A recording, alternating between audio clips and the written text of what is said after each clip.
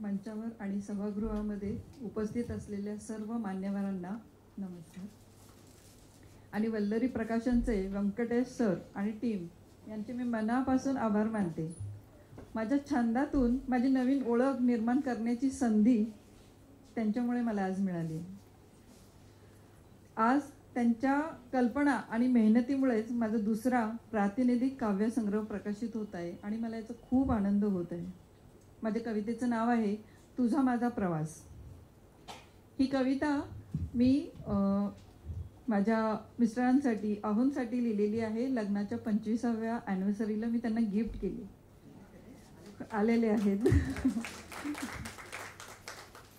25 वर्षाचा प्रवास आणि जवळपास सगळ्यांच्या घरामध्ये सेम परिस्थिती असते तसाच आहे, पण तो मी माझ्या कल्पनेतून मांडण्याचा प्रयत्न केलेला आहे. सुरुवात थोडी नाराजीनेच होती आणि प्रवास खास कळ्यातून. तू स्वभावाने प्रगल्भ होतास, माझा स्वभाव अवखळ. थोडं तू मागे आलास, थोडी मी पुढे आले.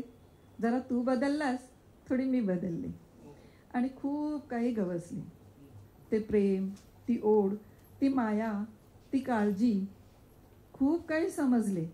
तो राग, तो आबोला, ती चिडचिड, ती बडबड, कधी गोड कधी कडू, कधी हसू कधी रडू, कधी आनंद कधी दुःख, कधी यश कधी निराशा, सगळं सगळं अनुभवलं आपण. तरीही तसेच चालत राहिलो. खूप छान वाटतंय आज.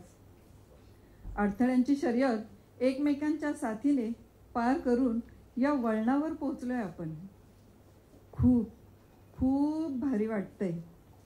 तू असाच आबोल राहा, मी अशीच बडबडी राहीन.